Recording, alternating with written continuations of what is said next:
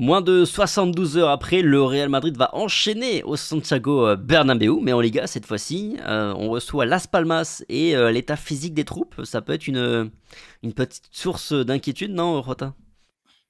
Tout est source d'inquiétude à Madrid en ce moment parce que le Real ne rassure pas du tout. On pensait s'être rassuré en Coupe du Roi comme on l'a vu après avoir marqué 2 buts, se dire on est tranquille et puis on va gérer la fin de match. Ça n'a pas été le cas, donc c'est preuve que l'équipe est une bête blessée, que l'équipe doute un petit peu et donc forcément quand tu perds des hommes et ça a encore été le cas, ça remet plein de choses, en compte et forcément ce Real-là, bah, va devoir nous rassurer parce qu'on en a besoin. Mm. Bon, on se donne évidemment rendez-vous en fin de vidéo pour notre petite rubrique, notre petit jeu avec Rota et avec Punto également, voir un petit peu l'état de nos cagnottes virtuelles Unibet, notre partenaire, voir un peu nos paris, comment ils ont fonctionné sur le match face au Celta, mais vous le savez, jusqu'à 100 euros en tout cas de bonus rendu en cas de premier pari perdu sous la forme de freebet évidemment avec le code Real France, lien dans la description, on en reparle plus tard. Las Palmas, parlons-en, 14e au classement avec 22 points au compteur. 5 points de marge sur la zone de relégation, donc ils sont pas safe. Ils ont mal commencé leur année. C'est une défaite face à Getafe à domicile de buts à 1.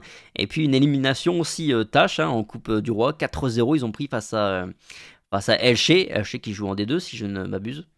C'est ça. Ouais et pourtant ils avaient fini l'année 2024 plutôt bien. Ça perdait pas énormément et c'est vrai que là, ils ronronnent en ce début de saison. Écoute, c'est le genre d'équipe qu'il faut prendre, maintenant. C'est le genre d'équipe, Las Palmas, qu'on a du mal à battre, chez elle. On a fait match nul au match aller et c'est vrai que c'est jamais facile de les manœuvrer. Pourquoi? Parce qu'il y a des joueurs de qualité. C'est pas forcément un gros collectif, mais il y a des individualités qui sont, assez fortes. C'est souvent, une équipe qui accueille, bah, des joueurs qui, veulent donner un nouvel élan à leur carrière. En tout cas, historiquement, c'est souvent ça et du coup, il y a de la qualité. Donc forcément, c'est une équipe qui offensivement peut faire très mal.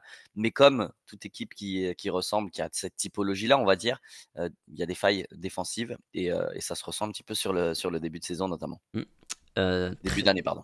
Tu me lances très bien parce que justement j'ai la stat, je vais te la donner. 29 buts encaissés quand même pour Las Palmas cette saison.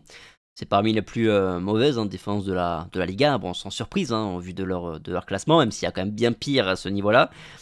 Fait quand même à noter, c'est aussi une équipe qui marque malgré tout. 24 buts marqués, pareil cette saison en Liga, évidemment, je précise. Ça peut être aussi un beau match en perspective, un match qui peut. C'est une équipe en termes de profil qui peut ressembler, quand on regarde les stats, peut ressembler un petit peu au Celta. C'est ça, tu vois, j'avais pas regardé, leur stade de buts marqués, buts encaissés, mais ça veut dire que mon raisonnement est plutôt pas mal. Non, trêve de plaisanterie. Effectivement, ça peut être une équipe qui se découvre, mais après, c'est toujours pareil. Tu l'as dit, ils sont à 5 points de la relégation. C'est pas méga inquiétant, mais ils sont dans cette optique de se maintenir le plus rapidement possible. Et quand tu viens à Bernabéu, tu as quand même conscience que c'est pas là où on t'attend le plus pour prendre des points. Donc forcément, je pense que Las Palmas va quand même s'adapter un petit peu et se dire que s'ils arrivent à fermer le jeu, et en plus, si on regarde bien, fermer le jeu face au Real cette saison, bah, ça te procure énormément de chances de ne pas prendre de but parce qu'on est assez inefficace. Donc, je me dis que ça peut quand même être un match fermé à domicile, tu vois, face à un petit avec nos difficultés devant, mine de rien. Voilà, je pense que ça va être dépendant, comme dans tous les matchs, du moment auquel on va pouvoir marquer. Si le Real marque tôt, forcément, ils vont être obligés de se découvrir et ça peut donner un match explosif. Mais si vraiment ils arrivent à contenir nos assauts, ça peut vite devenir un match un peu ennuyeux.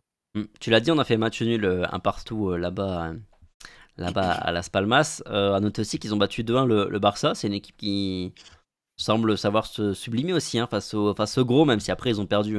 L'Atlético, ils ont perdu. Bilbao, ils ont perdu. La Real Sociedad, je sais plus, mais je crois qu'ils ont perdu aussi. Enfin, mais face au Real et au Barça cette saison. Oui, après le Barça a perdu pas mal de matchs comme le Real quand on regarde bien. Il y a un Barça qui fonctionne très bien, enfin un Barça qui joue bien, qui procure du plaisir, mais un Barça qui a lâché quand même pas mal de points en Liga. On parle du Real, mais le Barça aussi et comme on le disait déjà, à ce jeu-là, c'est plutôt l'Atlético qui est l'équipe la plus régulière de Liga actuellement. Donc oui, après ça reste des exploits forcément quand tu as le budget et l'effectif de Las Palmas, que tu fais match nul face au Real et que tu bats le Barça. forcément, c'est que tu arrives à te sublimer dans ce genre de match. Et donc, c'est qu'il y a de la qualité. Je le disais individuellement, de la qualité, il y en a, et ça, faut pas en douter. D'ailleurs, tu parles de la qualité, il y a un joueur en particulier auquel tu penses?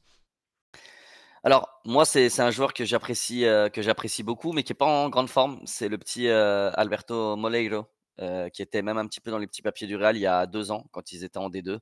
C'est un joueur que j'apprécie beaucoup, qui est souvent en 10 ou sur un côté, mais très souvent quand même en numéro 10. Et c'est un joueur qui a beaucoup, beaucoup de qualité. Moi, c'est le joueur que j'apprécie énormément dans cet effectif. Voilà, par sensibilité, tout simplement. Ok. Parlons du Real. L'année a bien commencé en Liga, je précise évidemment, on a gagné notre match de retard face à Valence. On a 5 points donc d'avance sur le FC Barcelone, toujours, malgré le 5-2 pris il y a quelques jours. Et on a un Atlético aussi qui ne s'arrête plus de gagner, hein. Ils ont gagné leur match en retard, entre guillemets, pendant que le Real joue la Super Coupe face à Osasuna. C'est pas le moment de se foirer, hein. Surtout qu'on a 3 matchs là qui sont abordables sur le mois de janvier, qui se chevauche aussi, je crois, avec l'Espagnol, c'est le 1er février. Bref, on a Las Palmas, Valladolid et l'Espagnol qui arrive. Faut faire 3 sur 3 là. Ouais, là, il faut faire 9 points sur 9, il faut engranger des points parce que, comme tu l'as dit, l'Atlético, je crois que toutes compétitions confondues, il me semble que c'est 14 matchs, 15. 14 victoires ou 15, ouais, consécutives. Donc là, on n'est même pas sur une série de matchs où tu perds pas, à l'instar par exemple d'un Lille que tu connais bien, un gros ennemi de ton Racing Club de Lens chéri, qui est à 21 matchs sans défaite. C'est aussi une énorme performance en Europe. Là, l'Atlético, lui, repousse presque les limites. C'est 15 victoires consécutives. 15 victoires consécutives, c'est énorme. Donc, ils sont en grande, grande forme. Donc, oui, il faut pas lâcher, forcément. Déjà parce que le Barça va pas lâcher et va essayer de talonner derrière. Et puis, parce que l'Atlético pourrait s'envoler aussi. Et voilà, c'est pas le moment, je pense, de lâcher. Je l'avais dit, hein, le mois de janvier, il est très, très long. Les choses peuvent bouger. Il reste encore des matchs. Tu l'as dit, jusqu'au 1er février qu'on va inclure, il en reste 3. Des choses peuvent se passer. Le classement peut être totalement différent de ce qu'il était fin décembre. Et donc, il faut engranger des points. Je pense qu'avec le match face à Valence, qui était en reprise, face à une équipe qui changeait d'entraîneur, je pense qu'on a passé le match le plus difficile, on va dire, de Liga. Là, on a 3 matchs qui normalement doivent être à notre portée. Las Palmas à domicile, Valladolid, l'Espagnol. J'ai regardé Espagnol Valladolid hier. Franchement, normalement, tu te dois de les taper, ça c'est certain. Donc oui, il va falloir faire carton plein. Et en plus, je trouve que mentalement, dans la dynamique en fait de l'équipe, je pense qu'une victoire de demain, ça te remet tout de suite un peu la tête à l'endroit. Je pense que tu passes tout de suite au-dessus de ce qui s'est passé en Super Coupe, même de la frayeur que tu t'es fait entre guillemets face au Celta. Je pense que tu te remets vraiment la tête à l'endroit parce que tu te remets tout de suite dans le droit chemin entre guillemets avec la Liga qui reste le fil rouge. On n'arrête pas de le dire de la saison. Puis après, il y aura la Ligue des Champions qui va arriver. Enfin, bref. Mais je pense que cette victoire est très importante aussi de ce point de vue-là. Petit point de conférence de presse de Carletto. C'était juste avant qu'on tourne cette preview. Ancelotti qui a fait quoi? Qui nous a dit quoi? Qui a répondu d'abord à Simeone. Simeone qui avait mis un petit tacle, un petit taquet là après l'épisode face au Celta. Bon, il a dit que c'était pas épisodique, hein, ça fait 100 ans que c'était comme ça. Hein. Supposé le Real Madrid est très avantagé. Bref, ce sont des épines qui doivent faire mal. Hein. C'est un peu pour faire le show pour le grand public. C'est ce qu'il a répondu Carlo Ancelotti aujourd'hui, qui répond assez rarement. Hein. Donc, à noter, il a dit aussi que Hendrik ne sera pas titulaire. On lui a demandé. Il a dit qu'il a très clairement fait comprendre qu'il s'appuiera plutôt sur les habituels en parlant de Brahim Diaz, de Mbappé et de Rodrigo pour le match de demain. Il a dit aussi que David Alaba était prêt, qu'il sera dans le groupe, qu'il est dans le groupe pour le match de demain et que potentiellement il pourrait avoir des minutes de jeu. Ça va dépendre, j'imagine bien, du scénario de la rencontre et de comment du déroulé. Il a aussi fait son autocritique, enfin, en disant que c'est normal que les supporters le sifflent, que le match contre le Barça, l'image de l'équipe, c'était de sa responsabilité. Un truc sur lequel tu veux rebondir? Déjà, Simeone, parce que je l'ai tweeté hier, les insinuations m'ont paru marrantes. Parce que c'est vrai, il a raison, hein, peut-être, ça fait 100 ans qu'on est aidé par les arbitres. C'est la même période durant laquelle l'Atlético court après une Ligue des Champions et n'en a toujours pas, 100 ans. Mais au-delà de ça, c'est très marrant parce que nous, je trouve que de manière globale, les supporters madrilènes, que ce soit en Espagne, parce que je connais énormément évidemment de Madrilènes en Espagne, et puis sur la communauté, sur tout ce que je peux voir sur Twitter, sur quand on parle, nous aussi, dans nos vidéos, on est assez de bonne foi. On le dit sans problème qu'il y a pénalty de Lunin face au Celta. Peut-être même qu'il n'y a pas une énorme situation de hors-jeu sur la main de Rudiger. Et c'est vrai, ça peut paraître moche. Moi, je me mets à la place d'un supporter du Celta. Je me dis, ouais, je me suis fait voler sur ce match de Coupe du Roi. On l'avoue. Et c'est vrai que parfois, le Real est aidé. Et ce serait mentir que de dire, dans n'importe quel championnat d'ailleurs, qu'un gros club n'est pas aidé. Ça arrive souvent. Les gros clubs, ils ont une influence sur un arbitre, que ce soit légitime ou non, c'est comme ça. Paris est avantagé en Ligue 1, le Barça et le Real en Liga très certainement. La Juve et le Milan l'ont été très souvent à leur époque en Italie. Bref, je ne vais pas tout les faire, mais vous avez compris la chose. Et donc, ce qui est drôle, c'est que sur le Real, il y a une grosse fixette. C'est-à-dire que quand le Real est avantagé, c'est le cas parfois, évidemment, tout le monde le relève. Par contre, j'ai pas entendu Simeone parler quand Vinicius se fait déboîter 3 ou 4 fois cette saison dans la surface et qu'il y a pas de pénalty sifflé. Je l'entends pas quand il y a une main d'un joueur de l'Atlético et j'en ai vu dans ma vie des Jiménez, des Gabi qui auraient dû prendre 50 cartons rouges à leur époque et puis qui disaient rien. Mais par contre, Casemiro, il n'avait pas pris de rouge avec le Real et c'était parce que c'était un joueur du Real Madrid. C'est trop facile en fait de voir quand le Real est avantagé, mais pas quand il est désavantagé. Et puis surtout de ne pas regarder quand le Barça et l'Atlético ont des situations où ils sont avantagés. Je pense très honnêtement que les arbitres sont très incompétents, peu importe le pays. En tout cas, ça, c'est ma conviction propre. Je pense qu'ils sont tous incompétents. Et que sur une année, c'est assez lissé pour tous les clubs. Donc, ça me fait un peu marrer de voir ces insinuations-là. Mais comme Carleto l'a dit, je pense que c'est plus pour le show, plus pour faire parler. Côté Atlético, côté Barça, c'est très souvent le cas. Et c'est plus marrant qu'à prendre au sérieux, je trouve. Mm. À noter aussi, c'est un débat que j'avais déjà initialement moi anticipé et une question laquelle je voulais te demander de répondre. Il se trouve en plus qu'elle a été demandée à Carlo Ancelotti. C'était par rapport à Kylian Mbappé et le leadership. Moi, j'ai la sensation que Mbappé est en train de prendre un peu pas forcément le leadership, mais en train de prendre une forme de leadership dans cette équipe, on sent. Est-ce que c'est aussi le même ressenti que tu as? Moi, je dirais pas leadership.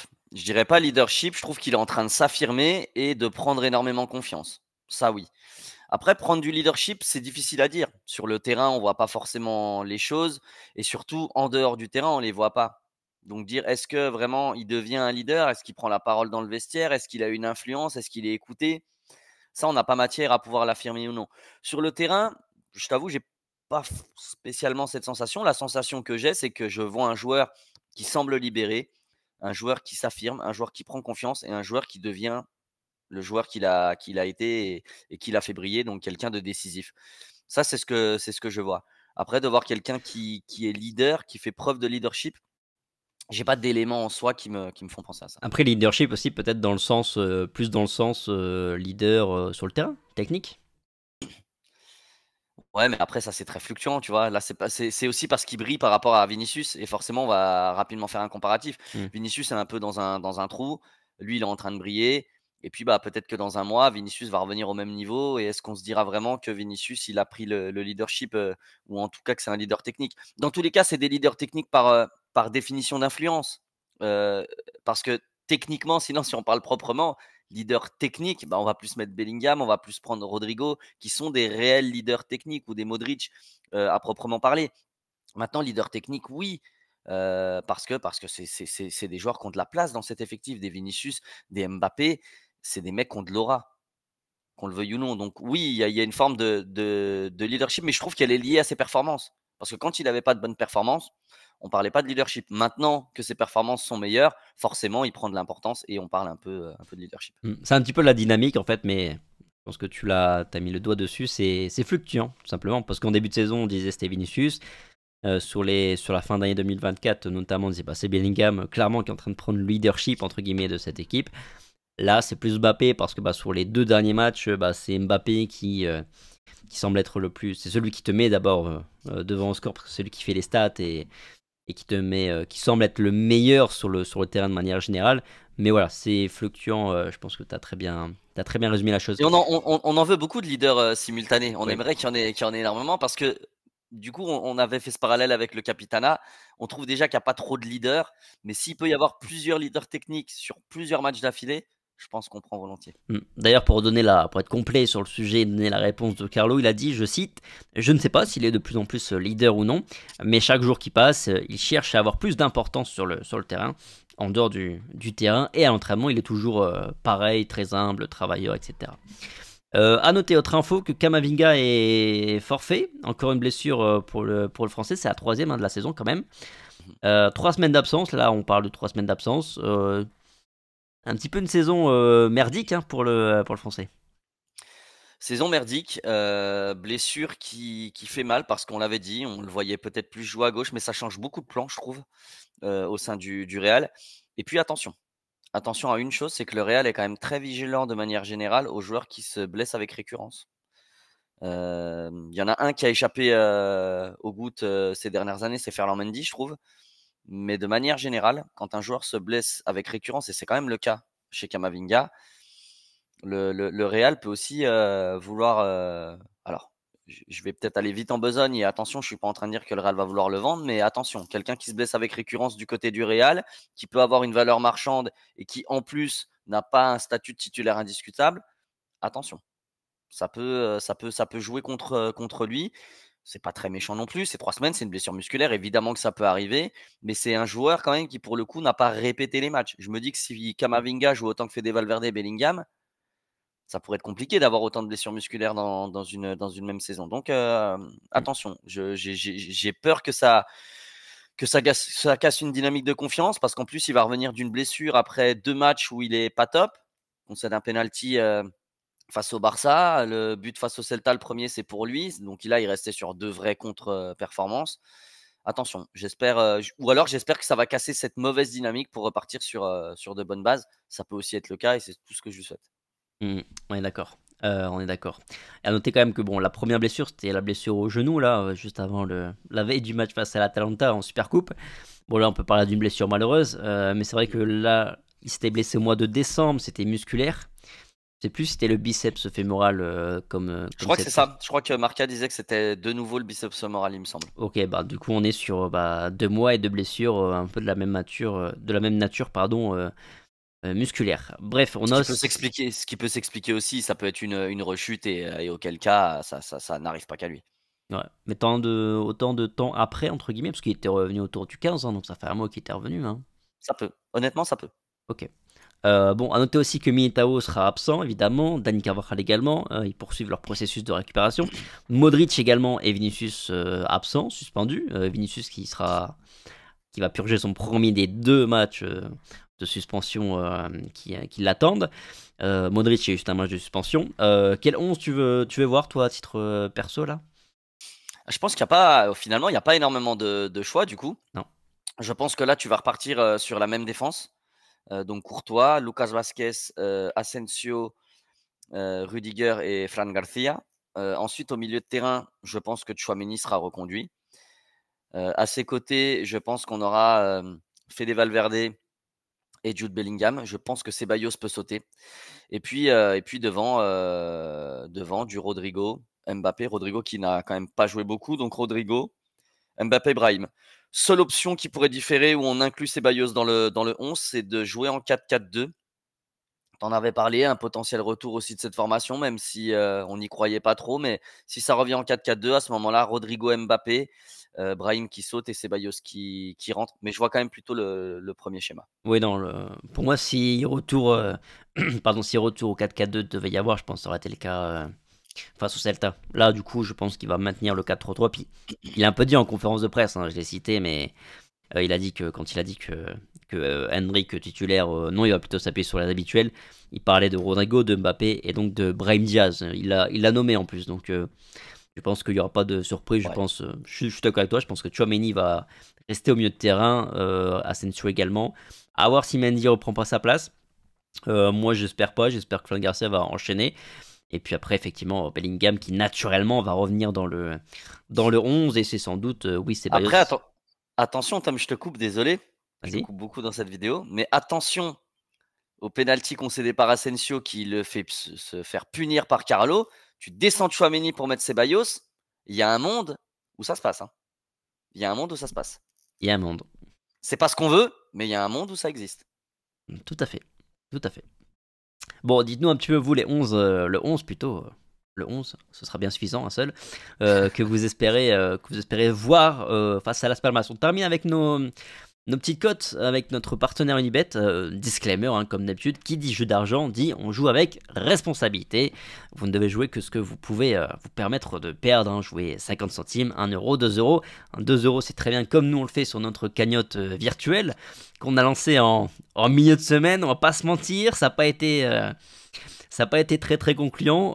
Tous les trois, on a perdu nos paris virtuaux à 2 euros. Donc on se retrouve tous les trois, Rota, Punto et moi-même, à 98 euros d'une cagnotte, je le répète, hein, virtuelle. Mais bon, c'est comme ça, au moins on s'amuse, Rota, on peut se charrier. Même si on n'était pas loin, hein. Toi et moi, on n'était pas loin. Bah en fait, quand Kamavinga fait sa bourde, moi j'avais dit qu'une seule des deux équipes marquait et j'avais annoncé le scénario que le Real n'allait pas prendre de but.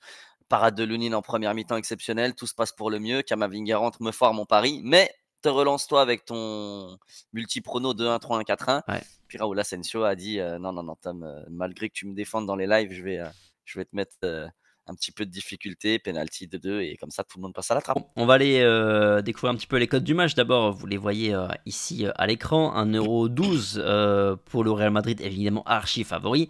15,50 la cote pour la victoire de Las Palmas au Santiago Bernabéu. On va voir maintenant les cotes, en commençant par toi, Rota. Tu mises sur quoi là pour ce week-end? Moi, je mets sur un doublé de Kylian Mbappé. Enfin, 2 buts ou plus de Kylian Mbappé. La seule fois, j'allais dire la dernière fois, mais la dernière et seule fois où il a mis un doublé sous les couleurs du Real, c'était lors de la 4e journée de Liga face au Betis. Et là, je le vois bien. En fait, je vois tellement le Real. J'ai pas envie de nous porter malheur, mais je vois le Real s'imposer largement dans ce match. Et je vois donc Mbappé avoir beaucoup de protagonisme dans celui-ci. Hmm. J'espère. Moi, j'avais cru déjà au doublé de Mbappé face au Celta, même si je vais pas miser sur ça. Notre ami Punto, il a misé sur un combo buteur et son équipe gagne. Il a misé sur Rodrigo, donc Rodrigo qui marque et le Real Madrid qui s'impose. 2,55 la cote, c'est pas si mal. Punto qui met 3 euros, est confiant le Punto pour cette cote-là. Et moi, de mon côté, je confiant aussi. D'abord, je mise sur ce qui fonctionne sur les derniers matchs avec Mbappé qui marque et je mise sur un score, un multi-choix encore une fois. Victoire 1-0, 2-0 ou 3-0 du Real Madrid. Voilà, je pense que le clean sheet c'est pour maintenant. Et vraiment comme toi, je vois le Real quand même s'imposer normalement sans trop de difficultés. Je vois plus 2-0, 3-0 que 1-0 si je suis honnête. Mais bon, je ne parle pas trop non plus. On joue et on verra bien ce que ça donne. Bref. Bon, on a fait le tour. Merci Rota d'être là avec moi. Merci à tous Merci, Tom. d'avoir regardé la vidéo jusqu'au bout. N'hésitez pas à nous balancer un petit peu vos pronos, vous aussi pour le match de demain. Sur ce, passez un bon week-end, prenez soin de vous, puis on se retrouve évidemment demain midi pour le live, pour une petite preview revue de presse, et puis évidemment après le match pour le débrief en direct du Bernabéu. Allez, ciao. Ciao.